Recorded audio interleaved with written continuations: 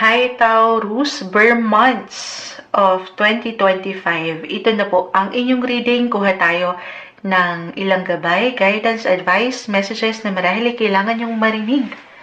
Ngayon, isa-isahin natin to guys, September, October, November, December.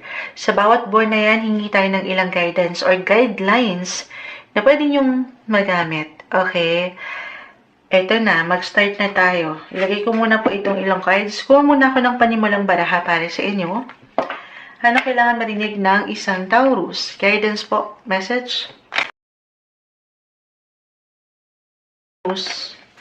Okay. Sagittarius. Yung energy lang po ni Sagittarius ha. Hindi po kailangan mag-apply yung pinaka-sign. Pero why not? Okay? Baka meron kayong ilang tao sa inyong paligid na isang Sagittarius, family, loved ones, pero regardless po. Si Sagittarius, it's in the 9th house of travel, education, religion. Ang lawak ng 9th house, maaring marami pa kayong pwedeng mapuntahan, matutunan, madiskubre, hindi lang mga bagong tao, lugar, pero ilang madiskubre sa inyong mga sarili, Taurus. Okay? Ito yung pagkakataon per months. I'm getting a message dito pa lang kay Sagittarius kasi very, si Sagittarius adventurous, flexible, explorer, ayan. Ang mga Taurus kasi hindi natin nila lahat, not in general ha, pero merong tendency na, kasi kayo yung mga fixed signs po. So, kapag nasanay na kayo or andito kayo sa nakasanayan nyo, andyan yung comfort, dyan kayo. Parang ayaw nyo nang sumubok ng ilang bago. Why not? Maybe this is a sign to put yourself out there naman. Out of your comfort zone, Taurus. Okay? Why not? Ito, i-clarify natin yan. Hingi tayo ng ilang gabay. Isa-isahin natin. Simulan na natin ang buwan ng September. Anong kailangan yung marinig? September 2025, Taurus. Message. Guidance para sa inyo. Mensaheng gabay para sa mga Taurus. Ang dami nito. Kunin ko tong dalawang umangat. Add tayo, Taurus. September 2025, the Two of Wands. Alam mo, parang may travel talaga. Pero it doesn't matter, ha? Kahit over the net lang, may ilang connection po. For some of you, why not? Para sa ilan na talagang LDR, nasa long distance, or nasa ibang bansa ngayon. Or, pagdating sa family, your loved ones, the Chariot. This is about relationship.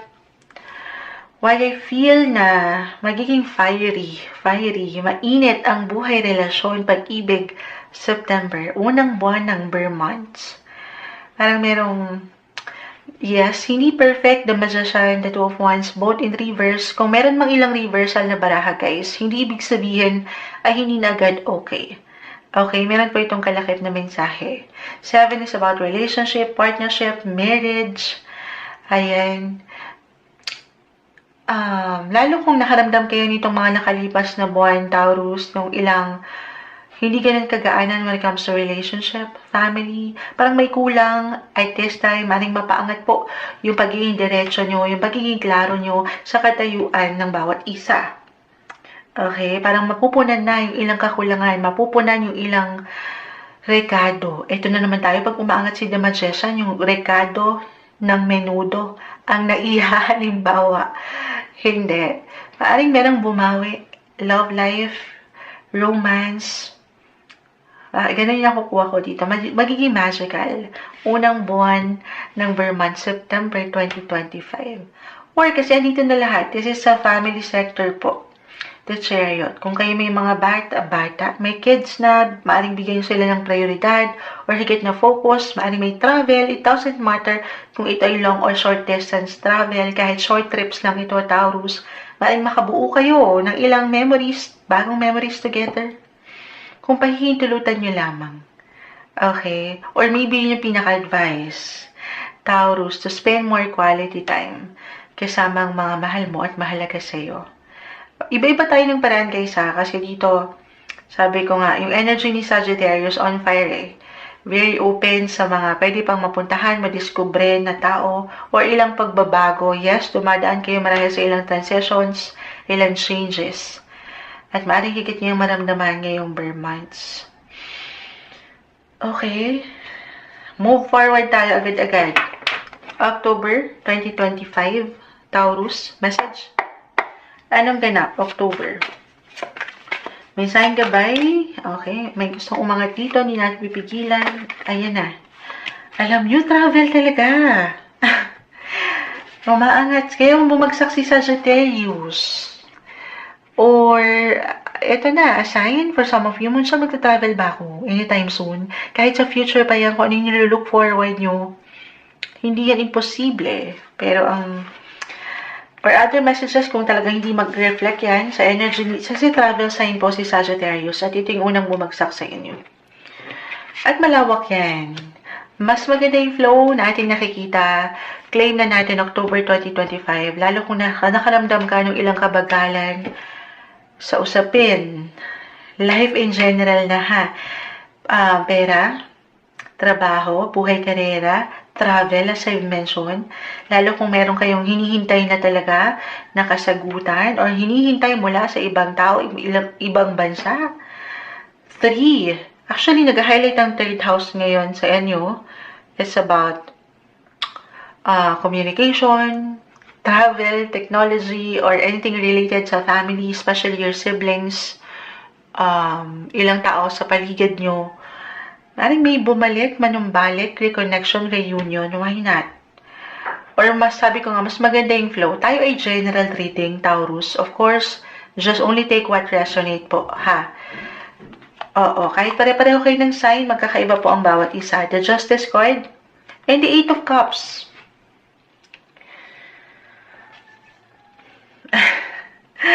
Kahit sa simpleng pagpaplano po, kahit over the net lang ito, maring merong mag-hi and hello, kamusta ka na, may magbabalik.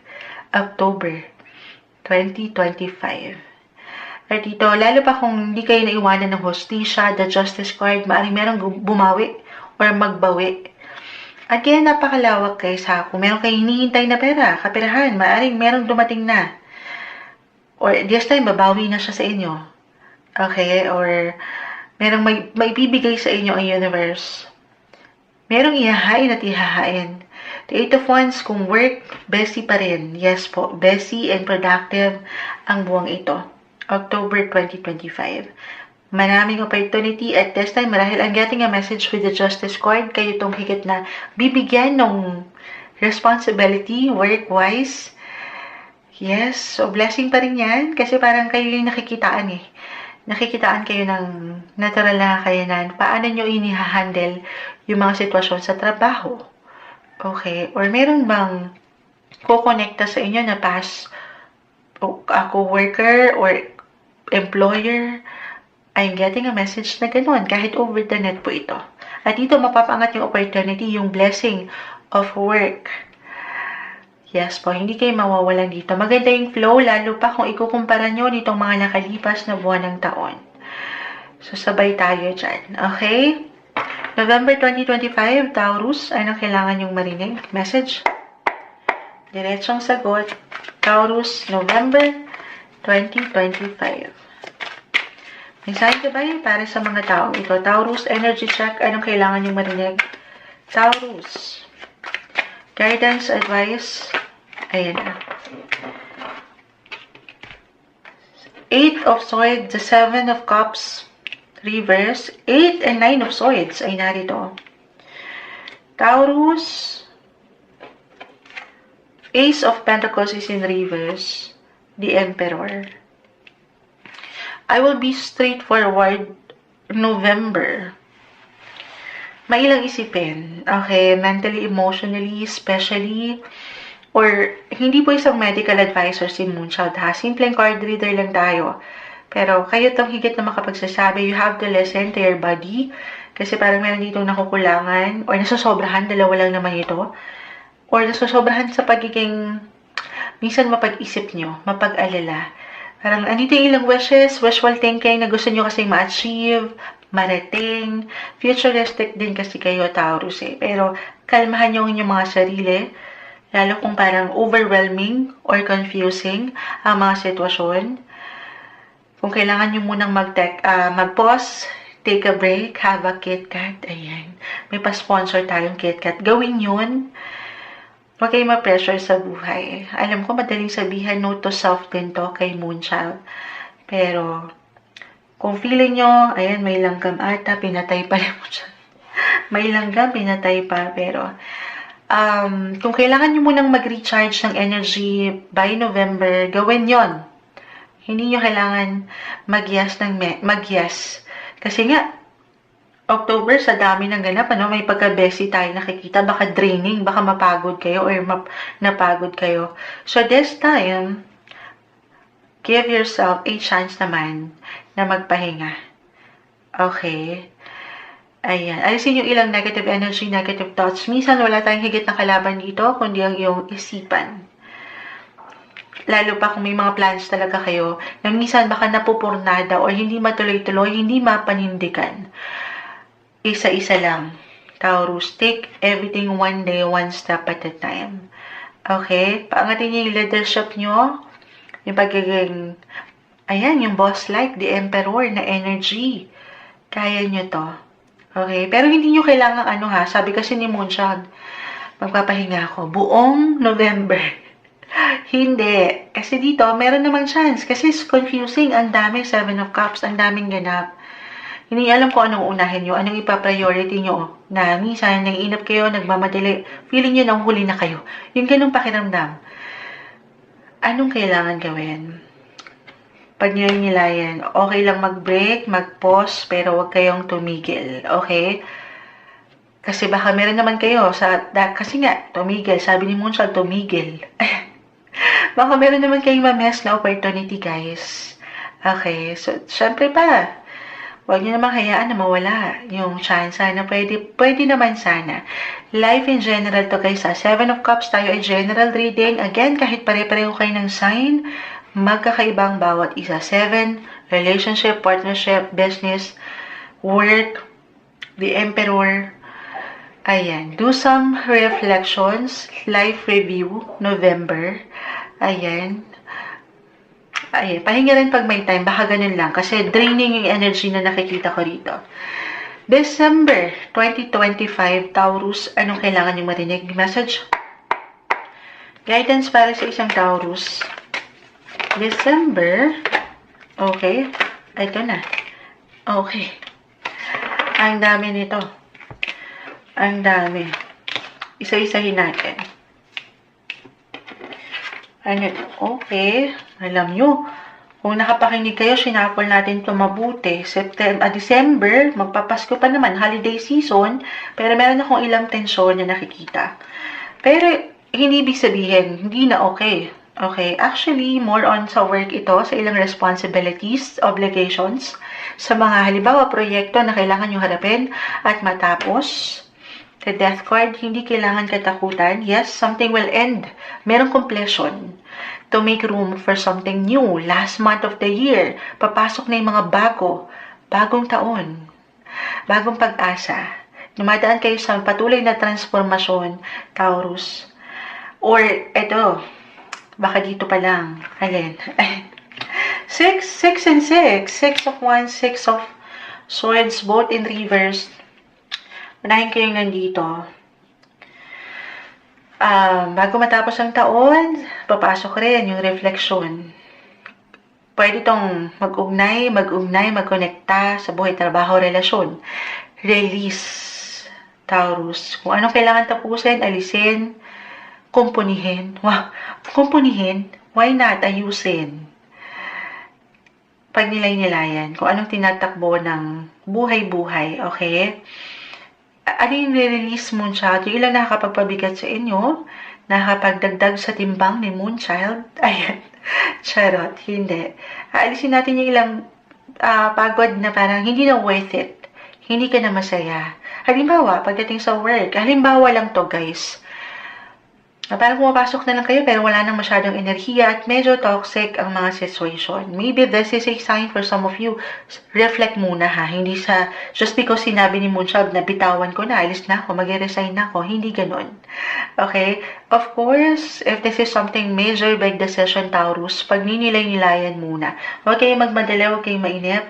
Kasi meron akong tension po, conflict na nakikita. Pero pwede naman itong marisolba kasi nandito si 6 and 6, 6 of Wands, 6 of Swords.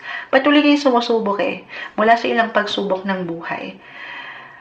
Okay, at meron nang magtapos, hindi kayo mawawalan, may mga bagong simula. Page of Swords, new chapter, new possibilities, opportunity.